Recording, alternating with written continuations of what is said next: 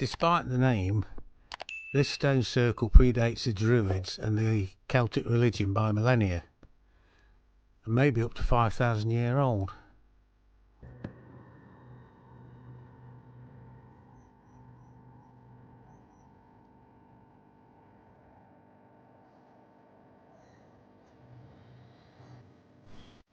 It's a good half-hour walk from the park up where the pillars are, and just follow the signs, and it's well worth the effort. There's also a type of rock in this area that was ideal for making stone axes, and axe heads from here have been discovered around Britain, including Scotland, Yorkshire and the Thames Valley, which must have added to the importance of the site and made it such an important ceremonial centre, with so many cairns and stone circles in the area, most of them from the Neolithic. Now the Neolithic, or New Stone Age, marked the transition from nomadic bands of hunter-gatherers to large agricultural settlements, and many facets of modern civilization can be traced to this moment in history, when people started living together in communities, and I think they're very misunderstood.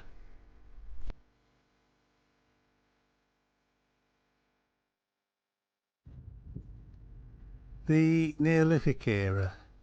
It's a mysterious, largely unknown but often strongly debated age, and there are people who built massive stone monuments weighing many hundreds and sometimes in some places thousands of tons.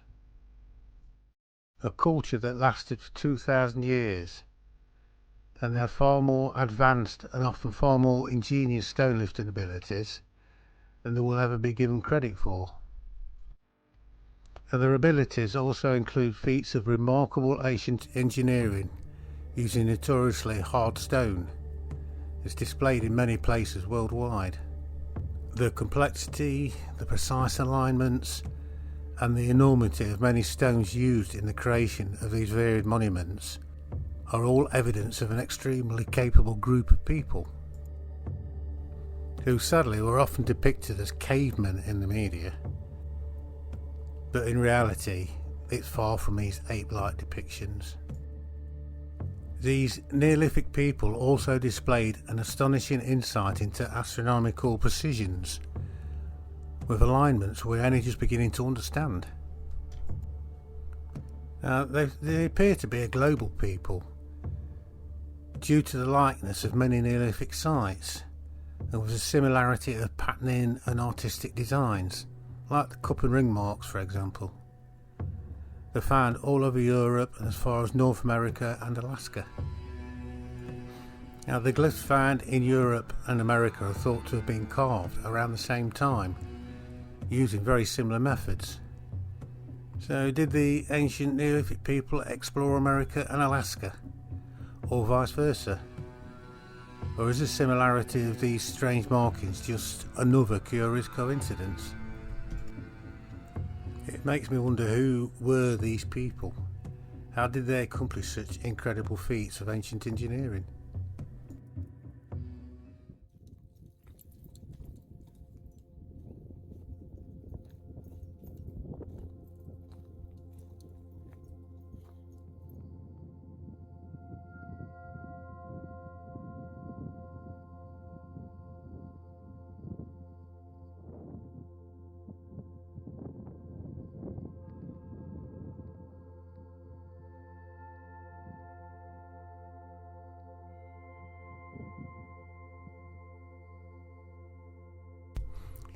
Now this monster of a standing stone is another probable Neolithic feature. It's a massive glacial boulder set on end with packing stones. Standing at about 8 foot in height and nearly 7 foot in thickness, it's unmissable, quite literally, and it stands just east of a little house. There are several carvings on one side, probably fairly modern, but with some that could be possibly ancient eroded markings. And at the right angle the stone seems to line up with the top of the hill quite precisely. Intended or not, I'm not sure. And just in the field opposite is Red Farm Stone Circle. Well, a ruined stone circle with only 4 small upright stones, about 15 foot apart, and it forms like a southern arc of the circle. I nearly missed that. And each upright is packed with small stones round the base. It's mentioned by antiquarians as being 41 feet in diameter, with traces of a tumulus or cyst 12 foot in diameter in the centre. So it's probably been partially destroyed since recent past.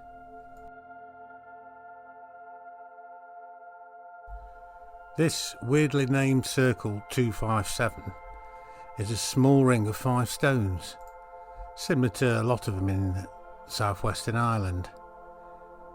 There's 5 large boulders placed roughly in a ring with a diameter of about 10 feet. And the stones are only about 2 feet in height. It may be the remains of a cairn, but no mound is visible. And the site is probably the same age, roughly, as the Druid Circle. And it was excavated in 1958, and a scatter of small stones in a rough circle between the large boulders was found, with a shallow pit about between 10 and 7 inches. It was filled with quartz fragments and a small notch-shaped implement. The purpose of this circle is not really known. It could be a small tomb for burial, but it does deserve a better name than 257. Now this stone alignment, as I'd call it, there's no mention of it, but it is heading from circle 257 to a round barrow, Frid Wank. And it may line up with the large standing stone I looked at earlier. Any thoughts on it would be welcome. Now the round barrow is a substantial mound. It's still just visible, and there might be some boulders on the southeast of it, but unfortunately a telegraph pole is planted firmly within the top of it. It rather distracts from it a bit, but it's a much better name, Frid Wank, than Circle 257.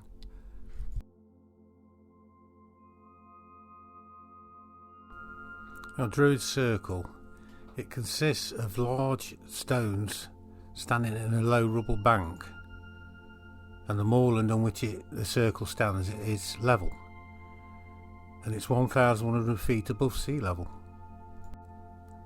And as today, the circle consists of 30 stones in a circle approximately 80 feet in diameter, and each upright is packed with small stones around the base. Near the centre is a small cairn, which was excavated in 1957 and discovered cremated remains of 2 children in burial urns and another in a nearby pit. Now, the setting of this place is as good as any stone circle I've been to, with the blue sea of Conwy Bay and the Great Orme to the north, and the mountains with an abundance of enigmatic prehistoric structures to the south, forming part of a vast sacred landscape. It's a bit special, this is. The stones are big, certainly bigger than you'll usually find in many Welsh circles, and each seems to have its own character, with veins of quartz here and there. Some of the stones have fallen, but it doesn't detract from the overall stunning impression, which is oddly surprising as a glance northward lies the former Druid heartland of Ynys Môn, or Anglesey, so I'm sure it must have been used by the Druids.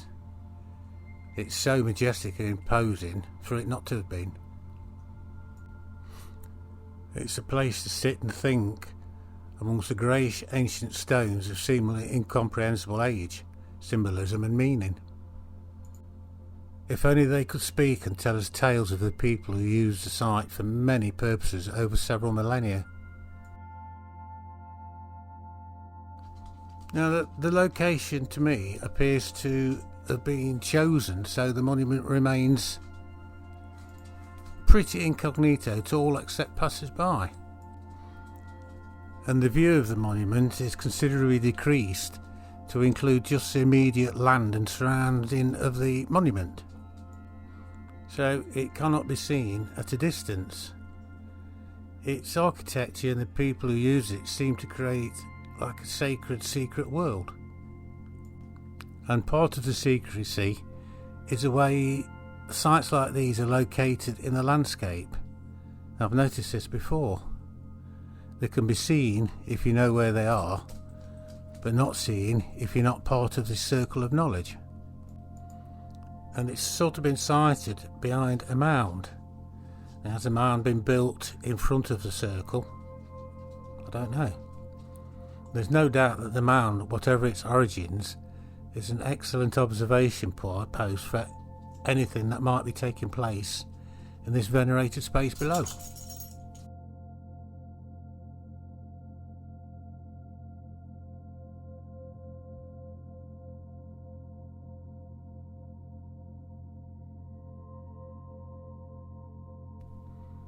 Well, there is an abundance of stone circles, cairns, barrows, ancient stone axe factories, stone alignments, all in this small area of hilltop. And then there's this, classified as Monument 280, or a stone setting, but no one seems to know what it is. Now, the Carnarvonshire Inventory of the Royal Commission on Ancient Monuments in Wales and Monmouthshire named it Monument 280. With a name like that, you thought it'd have more imagination. And does the number 280 suggest the spectacular amount of other sites in the area? Or does 280 translate into English, what the F is this? It may be the remains of a ring cairn, some say. Its surrounding parts of the structure does seem to be roughly circular in plan. Or does it? Was it once a covered mound? Antiquarians in 1845 said these stones were said to form 3 circles, but I can't see it now. Shapes and patterns can be discerned, but are contradicted by other patterns. Bit of a conundrum.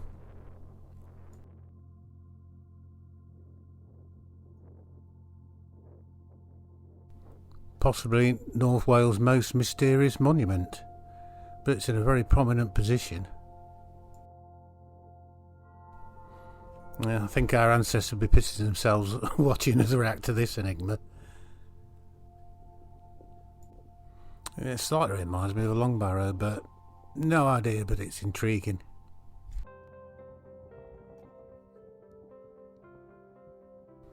There are some unusual and interesting traditions and legends about this stone circle.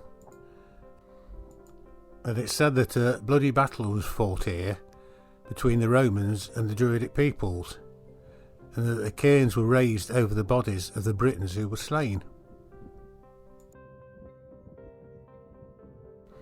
One of the stones is called the Swearing Stone, and allegedly a man swore falsely on the stone while touching it and died shortly thereafter. And then you've got the Sacrifice Stone on the east. It does rather smack of Victorian ideas of Druidism. It has a depression in it, and apparently if you pop your newborn baby there for a few minutes, the stone will bring them excellent luck for the rest of their lives.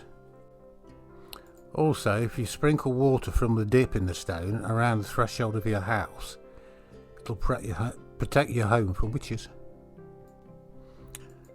Then the story of a group of witches that were holding their strange rituals at the circle one night. Suddenly a stern curse is heard from the stone of sacrifice. Apparently they were so scared 2 of them died on the spot and another went mad. And sometimes terrible cries were heard issuing from it, and frequently moaning and sobbing and wailing could be heard above the wind on stormy nights. Maybe they still can. Then you have stories of the Deity Stone, and one of them is about 3 men who went up there to play cards on a Sunday. When the men returned to the village, they had cuts about their heads, and the people knew that a deity stone had smitten them. They probably should have gone to church instead, eh? And there's a story of a visitor to the area who laughed and scorned the story of the stone. And one night he went up alone, a very late hour, and shouted words of blasphemy as loud as his voice could be heard. The people shuddered as they heard him, and suddenly the sound ceased. And in the morning the blasphemer's corpse was found in a terrible battered condition at the base of the deity stone.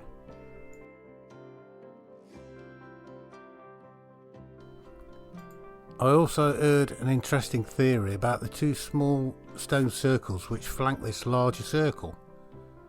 They're a few hundred yards away on either side. Were they used in conjunction with ceremonies inside the Druid circle? It makes sense.